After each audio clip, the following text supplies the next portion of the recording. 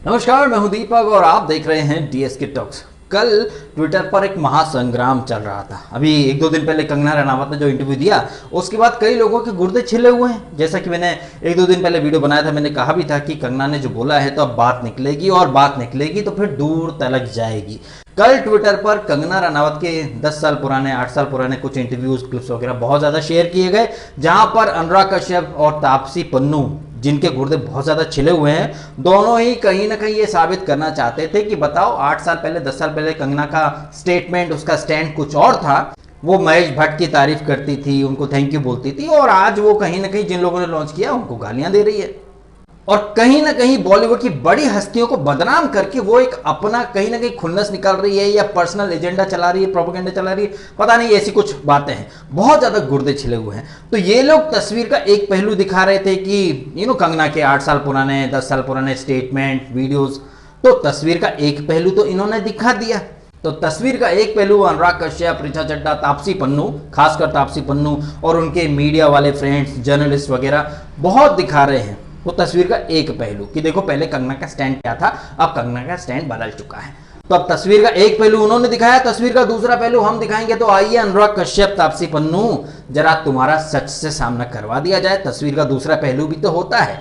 तो आइए शुरुआत करते हैं लेडीज फर्स्ट से, ठीक है।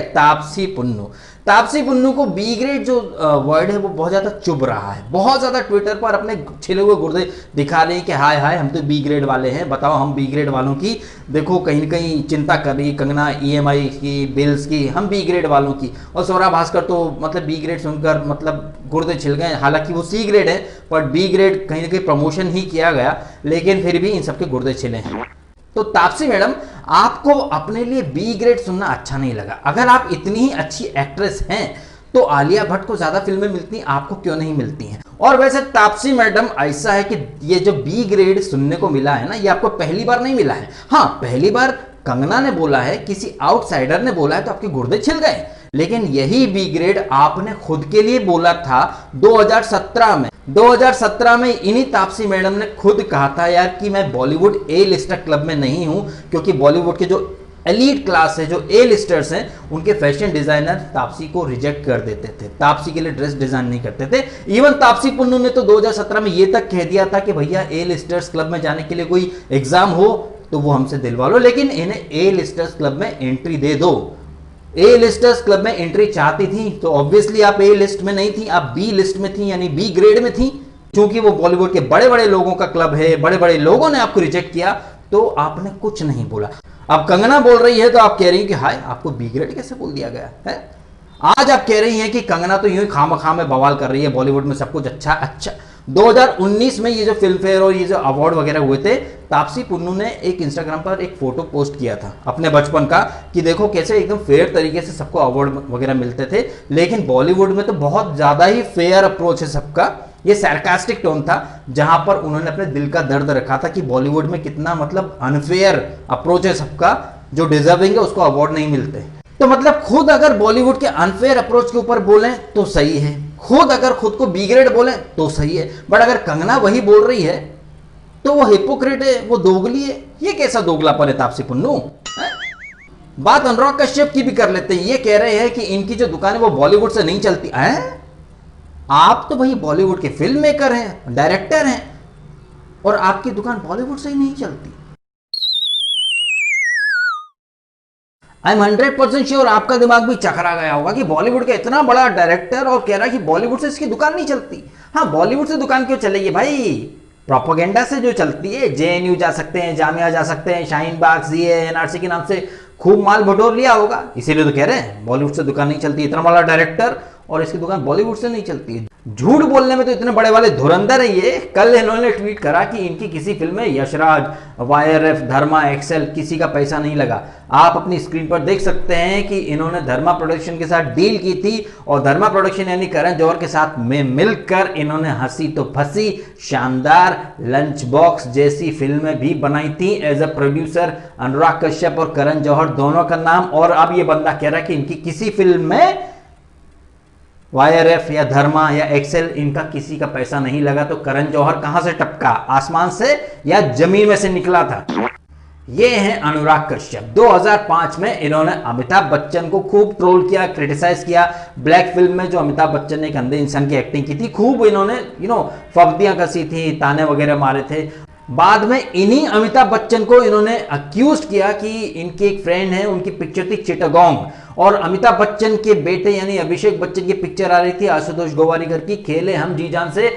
तब अनुराग कश्यप ने बहुत ज्यादा आरोप लगाए कि एक छोटी पिक्चर को अमिताभ बच्चन रिलीज नहीं होने देना चाहते, क्योंकि अभिषेक बच्चन की पिक्चर फ्लॉप हो जाएगी, क्योंकि पिक्चर वो घटिया है और अमिताभ नहीं चाहते कि छोटे मेकर्स की फिल्म अभिषेक बच्चन की फिल्म को पछाड़ दे, इसलिए अमिताभ बच्चन थिएटर्स उपलब्ध नहीं करा रहे हैं। आपको अगर वो वीडियो देखना हो तो उस वीडियो का लिंक मैंने यहाँ डिस्क्रिप्शन में डाल रखा है, ट्विटर पर उस वीडियो का लिंक है जहां अनुराग कश्यप ने आरोप लगाए थे। मतलब पहले आरोप लगाए, ठीक है, अमिताभ अभिषेक सबके ऊपर, खूब पब्लिसिटी बटोर ली, फिर बाद में उन्हीं अमिताभ बच्चन के साथ सोनी टीवी के लिए युद्ध करके एक सीरियल करा और अभिषेक बच्चन के साथ मन मर्जियां नाम की पिक्चर की, जिसमें तापसी को भी लिया।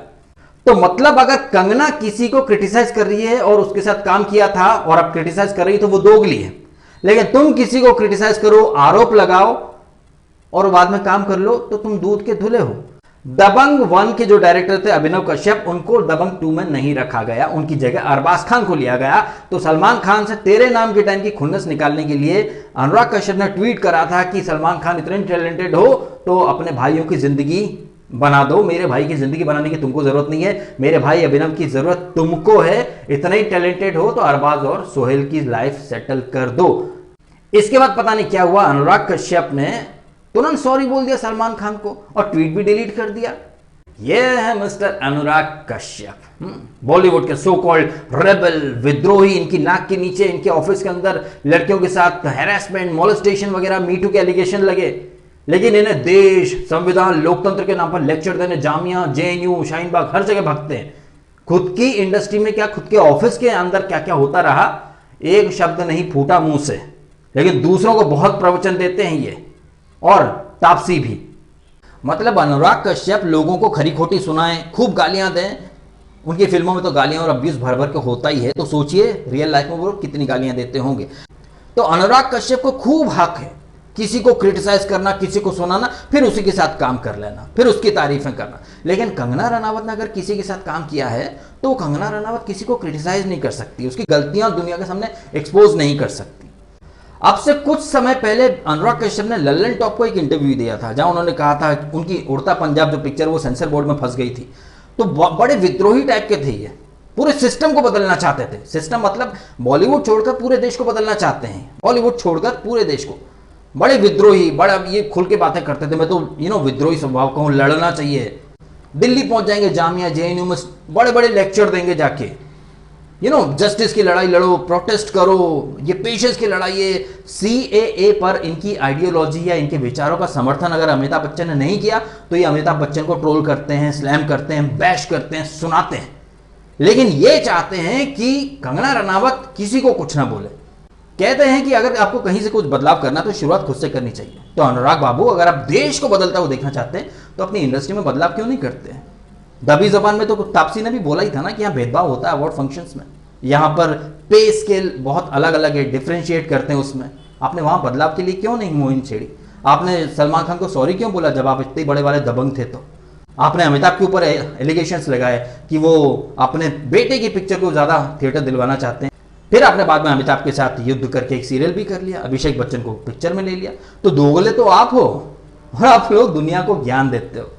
तो जनता जनार्दन, ये है तस्वीर का दूसरा पहलू, जो कि इनकी पूरी लिबरल लॉबी और इनके जितने भी चाटुकार हैं, अनुभव सिन्हा हो या हंसल मेहता हो या इनके जो पूरे मीडिया के फ्रेंड्स, ये लोग कंगना रनावत के तो 8-10 साल पुराने इंटरव्यूज, ट्वीट्स वगैरह सब लेकर आएंगे, लेकिन खुद के पोस्ट, खुद के ट्वीट सब डिलीट कर देंगे। इनफैक्ट ज़्यादा नहीं, वो तापसी का अवार्ड फंक्शन भेदभाव वो तो 2019 की ही बात है। एंड 2017 में तो उसने खुद ने मान लिया था कि वो बी लिस्ट में है, ए ग्रेड में नहीं है, ए लिस्टर्स क्लब में नहीं है। चलिए इस नोट पर वीडियो में खत्म कर देता हूँ। आपको बातें सही लगी हो तो वीडियो को शेयर भी करें सभी मित्रों के साथ, और फैसला मैं आपके ऊपर ही छोड़ता हूं कि क्या ये लॉबी भरोसे के लायक है। आज कंगना को तो ये लोग बहुत सुना रहे हैं, लेकिन अपना अतीत ये लोग भूल चुके हैं कि ये लोग दोगलेपन में नंबर 1 है। इनसे बड़ा हिपोक्रेट या दोगला इंसान आपको ढूंढने से नहीं मिलेगा। कमेंट करें आपके ओपिनियन, एंड वीडियो अच्छा लगा तो शेयर एंड कमेंट वगैरह के साथ सब्सक्राइब भी कीजिएगा अगर आपने नहीं किया तो। आपने समय निकाला, वीडियो देखा, आपका बहुत बहुत धन्यवाद।